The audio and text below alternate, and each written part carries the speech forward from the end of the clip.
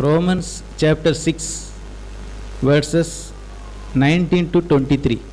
Romeo उसका 6वां अध्याय और उसके 19 से लेकर 23 तक। रोमियो का 6। मैं तुम्हारी शारीरिक दुर्बलता के कारण मनुष्यों की रीति पर कहता हूँ, जैसे तुमने अपने अंगों को कुकर्म के लिए अशुद्धता और कुकर्म के दास करके सौंपा था, वैसे ही अब अपने अंगों को पवित्रता के लिए धर्म के दास करके सौंप दो। जब तुम पाप के दास थे तो धर्म की ओर से स्वतंत्र थे। सो जिन बातों से अब तुम लज्जित होते हो, उनसे उस समय तुम क्या फल पाते थे? क्योंकि उनका अंत तो मृत्यु है, परंतु अब पाप से स्वतंत्र होकर और परमेश्वर के दास बनकर तुमको फल मिला, जिससे पवित्रता प्राप्त होती है और उसका अनंत जीवन है। क्योंकि पाप की मजदूरी तो मृत्यु है, परंतु परमेश्वर का वरदान हमारे प्रभु मसीह यीशु में अनंत जीवन है। Yes. Here Paul says, present your bodies to God. और यहाँ पर प्रेरित पौलुस कहता है कि अपने शरीरों को हमें परमेश्वर के हाथों में सौंपना है। What is the meaning of presenting our body to God? और हमारे शरीर को परमेश्वर की ओर सौंपने का मतलब क्या है? Romans 12:1. रोमियो उसका 12 का 1। पढ़िए sister. I beseech you therefore, brethren, by mercies of God, that you present your bodies a living sacrifice, holy, acceptable to God, which is your reasonable service.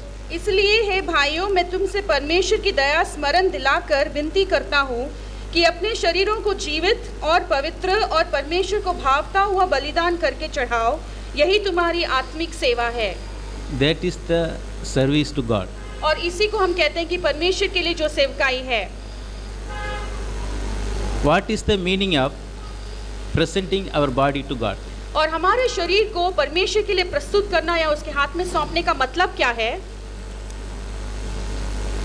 Body means each and every part in our body. और शरीर का मतलब ये है कि हमारे शरीर के हर एक जो अंग है उसको हमें सौंपना है। I have told one story previous also. पहले भी मैंने एक बात को बताई है, कहानी बताई है। Once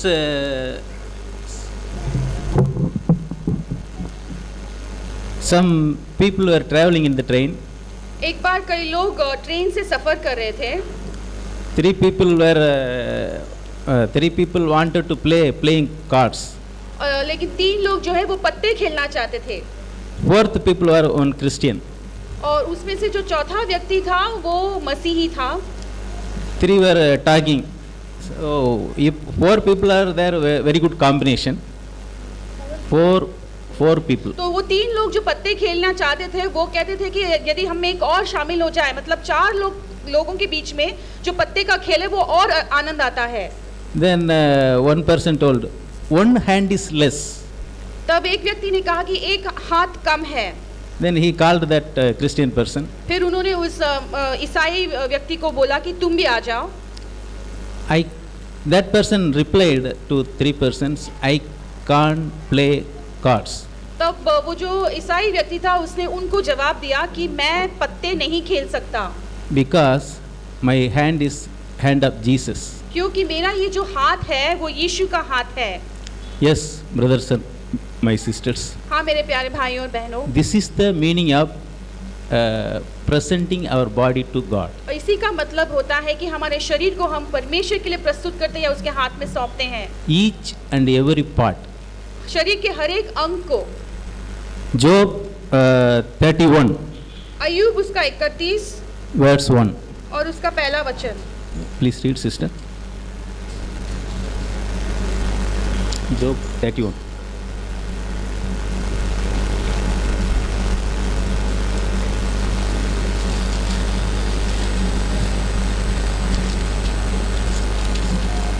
मैंने अपनी आँखों के विषय वाचा बांधी है, फिर मैं किसी कुंवारी पर क्यों कर आंखें लगाऊं? Yes, I have made a covenant with my eyes. Why then should I look upon a young woman? Have you made covenant with our eyes. क्या आपने आपकी आंखों से कभी ये वाचा बांधी है? Verse 9. और उसी अध्याय के 9वें वचन में, If my heart has been enticed by a woman, or if I have lurked at my neighbor's door, then let my wife grind for another, and let others bow down over her. यदि मेरा हृदय किसी स्त्री पर मोहित हो गया है और मैं अपने पड़ोसी के द्वार पर घात में बैठा हूँ, तो मेरी स्त्री दूसरे के लिए पीसे और पराये पुरुष उसको भ्रष्ट करें. Yes, my dear brothers and sisters, this is the meaning of presenting our body to God. और इसी का मतलब है कि हमारे शरीर को हम परमेश्वर के हाथ में सौंप देते हैं.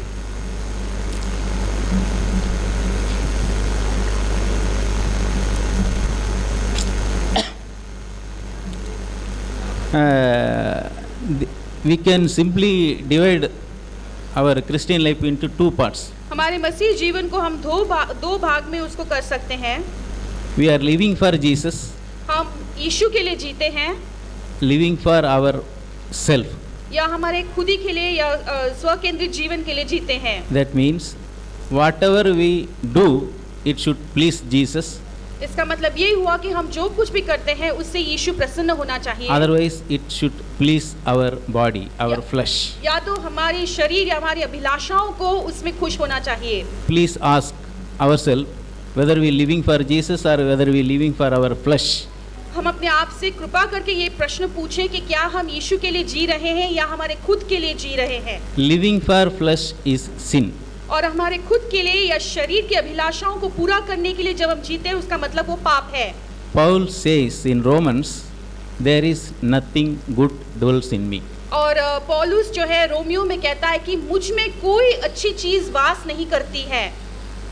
Romans 8:8 says, और रोमियो उसका 8:8 ऐसा कहता है, those who are in the flesh cannot please God.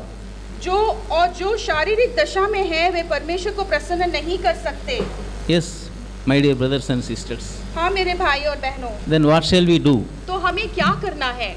Walk in the spirit. हमें आत्मा में चलना है.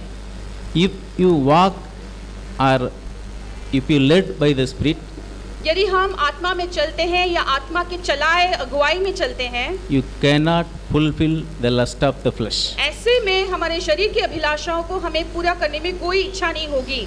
Only one thing. सिर्फ एक चीज की जरूरत है. Be filled with the spirit. पवित्र आत्मा से हमें भरे रहना है.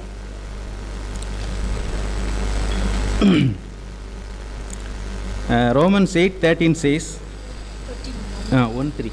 रोमियो 8:13 में ऐसा लिखा है, If you live according to the flesh, you will die. यदि तुम शरीर के अनुसार दिन काटोगे तो मरोगे.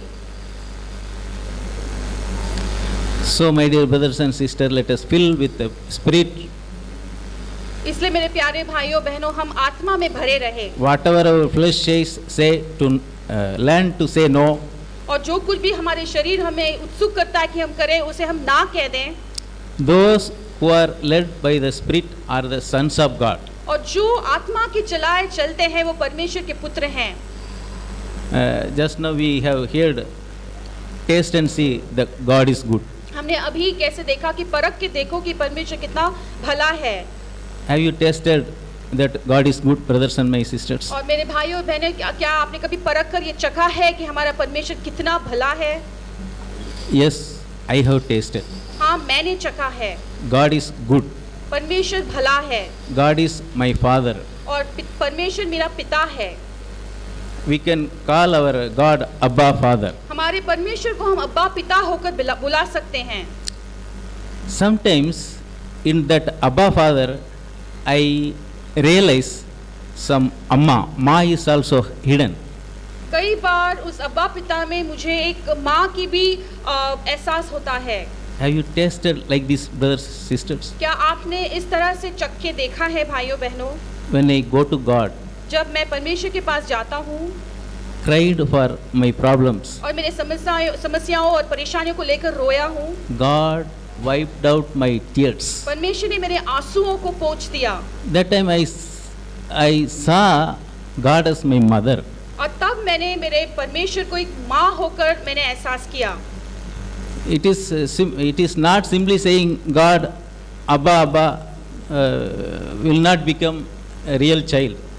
और सिर्फ हमारे मुंह से ही कबूल करने से कि अब्बा अब्बा है मेरा पिता, तो वो काफी नहीं है।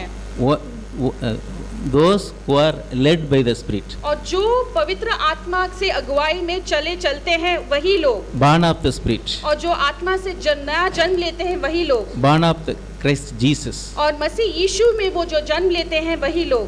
In the early morning some beggars will come and say Amma, Amma. और सुबह के वक्त में कई भिखारी आकर द्वार पर अम्मा अम्मा ऐसे पुकारते हैं। My mummy will not go, son. और मेरी माँ जो है वो जाकर वो भिखारी से नहीं करी, हाँ बोलो बेटा क्या है। If I say smallest boy Amma, then immediately he will rush. लेकिन She will rush. मैं यदि अपने माँ को माँ अम्मा होकर बुलाऊंगा, झट से मेरी माँ मेरी ओर दौड़ आती है। That is the love of God. इसी को हम कहते हैं कि परमेश्वर का प्रेम है। My humble request is, brothers and sisters, become real children of God, और मेरा real sons of God. मेरा यही विनम्र तुमसे विनती है कि तुम सचमुच में परमेश्वर का पुत्र बन जाओ। Then only we can taste the love of God. और तभी जाकर हम परमेश्वर के उस प्रेम को चख सकते हैं।